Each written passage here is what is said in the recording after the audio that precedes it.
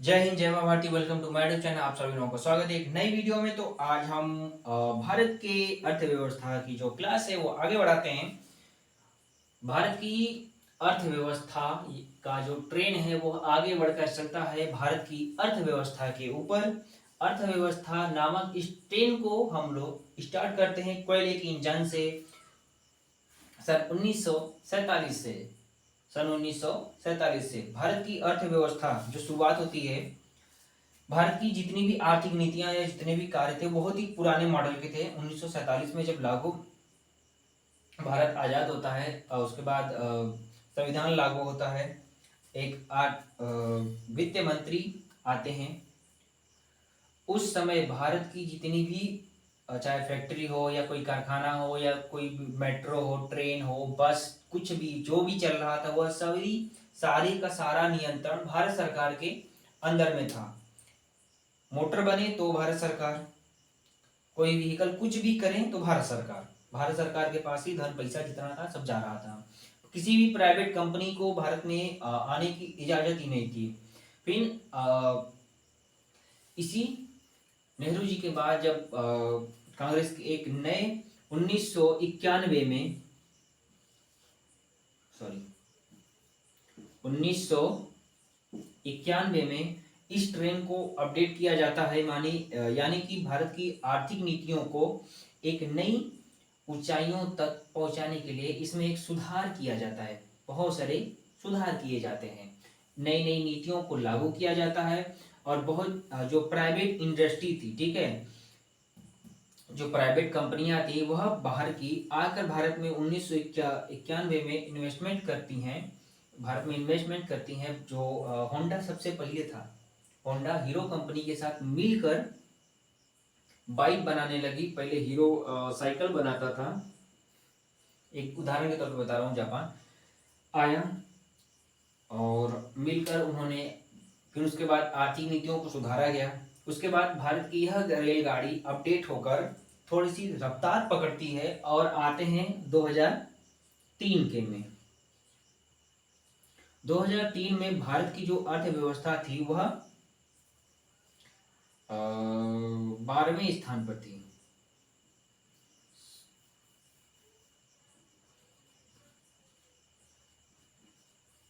कितने स्थान पर थी?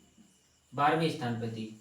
और भारत की अर्थव्यवस्था के इन सभी स्थानों पर जानने से पहले हम लोग कुछ बातों को जान लेते हैं। इसके अंदर जो भारत की अर्थव्यवस्था है, ठीक है, वह इस प्रेजेंट टाइम में कितने पे है? पांचवी है। पांचवी सबसे बड़ी अर्थव्यवस्था है। और साथ ही 2.4% भारत जो विश्व का स्थान है, ठीक है, स्थानीय क्षेत्र जो है वो कितना घेरता है? 2.4% ऑन करता है उस पूरे स्थान को। और विश्व की दूसरी सबसे बड़ी जनसंख्या रहती है भारत में। जनसंख्या की दृष्टि से भारत दूसरे स्थान पर है। और 17% भारत पूरे विश्व की जनसंख्या को अन करता है। 17% अकेले, याद रखिएगा टॉपिक। और जो आर्थिक नीति है, ठीक है, भारत की आर्थिक नीति है वह कब सुधारी गई थी? नई आर्थिक नीतियों कब लागू किया गया था? 1991 में। 1991 में भारत में नई आर्थिक नीति को लागू किया जाता है। और यह थी भारत की अर्थव्यवस्था। भारत एक गरीब देश नहीं है और इस बात को जान लीजिएगा। और भारत की एक जब नई आर्थिक नीति लागू की गई थी तो यह प्रॉपर रूप से उतना सफल नहीं हो पाया। इसका एक बहुत बड़ा विरोध चला। विरोध करने का कारण यह है कि यह इस नीति के आने के बाद या जो भी कोई भी पैसा लगाता था, भारत की एक बड़ी तबका बहुत ज्यादा अमीर बन गया। भारत की बहुत उससे भी बड़ी तबकी जो है, स्थान है या व्यक्ति हैं, जितने भी लोग हैं, वह गरीब के गरीब ही रहे। उन्हें उससे कोई फायदा नहीं हुआ। खासकर भारत के किसानों को कोई फायदा उसमें नहीं होता था। इससे भी पहले भी किसान मरते थे, आज भी किसान मरते हैं। दूसरों को खिलाते थे, आज भूखे सोते हैं। पहले भी भूखे सोते थे, आज भी भूखे सोते हैं। इसे ऐसी अर्थव्यवस्था का हम क्या करेंगे? एग्रीकल्चर चौपट है। 37 साल से जो भर्तियां हैं एग्रीकल्चर में वह पूर्ण रूप से कभी नहीं की गई थी। 37 साल से कभी नहीं हुआ अभी तक।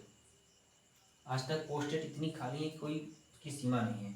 अभी कोई अंदाज नहीं लग रहा है, हम लोग टॉपिक से भटक रहे हैं। जो पहली हमारी हेडलाइन है उसके बारे में थोड़ी सी जो जानकारी है इसको याद रख लीजिएगा। और दूसरे अब हेडलाइन पर आते हैं, भारत की 5वीं अर्थव्यवस्था बनने की जो है उसकी जर्नी कब शुरू होती है। भारत की 5वीं अर्थव्यवस्था बनने की जर्नी जो शुरू होती है 1991 में से शुरू होती है। 1991 से भारत की 5वीं अर्थव्यवस्था बनने की जो है जर्नी शुरू होती है। नई आर्थिक नीतियों को लाया जाता है बाहर से, जो बड़ी बड़ी कंपनियां जो भारत सरकार ने पहले बंद कर ली थी, बहुत सारी इंडस्ट्री को प्राइवेट कर दिया जाता है,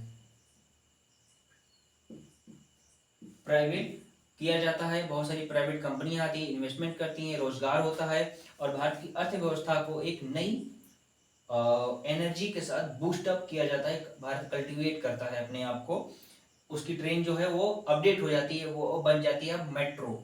मेट्रो बनने के बाद भारत 2003 में, अब इस टॉपिक की बात करेंगे, जो पहले 2003 बता रहा था वो इस टॉपिक का है।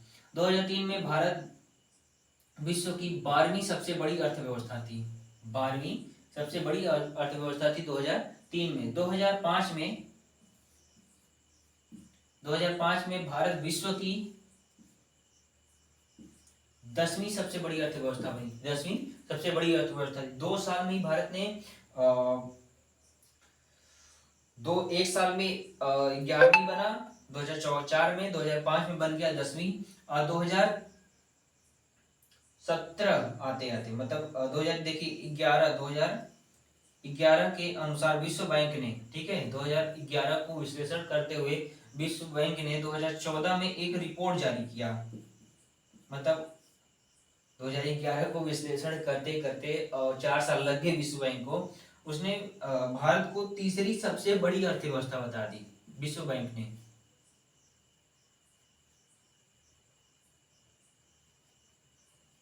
तीसरी सबसे बड़ी अर्थव्यवस्था बता दी किसने? विश्व बैंक ने। वर्ल्ड बैंक ने आईसीपी इंटरनेशनल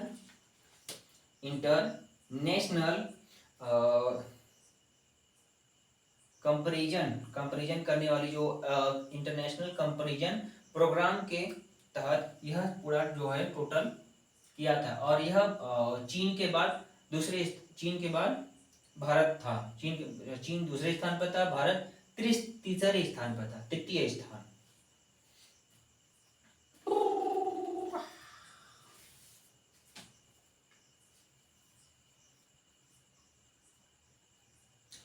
जो भारत की रैंकिंग लिस्ट है, ठीक है, जो भारत की सकल घरेलू उत्पाद है जीडीपी के बाद, अब देखिए भारत की जीडीपी नहीं, अब अर्थव्यवस्था की बात की थी। अब जो भारत की जो जीडीपी थी वह 10वें स्थान पर जो है वह रन कर रही थी, ठीक है।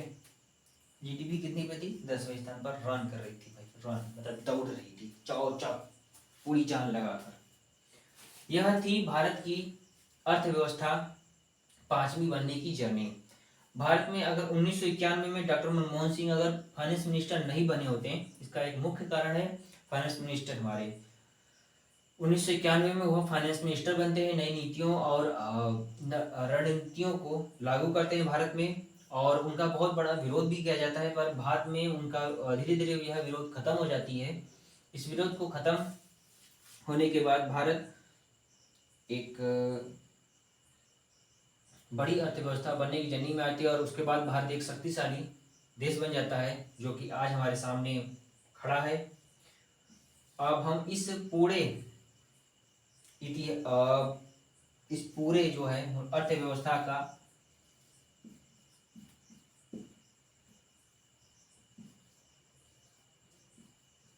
इतिहास जानेंगे नेक्स्ट क्लास में। उम्मीद करता हूँ यह वीडियो आप लोगों को पसंद आएगी। अपने दोस्तों के साथ शेयर जरूर कीजिएगा। जय हिंद।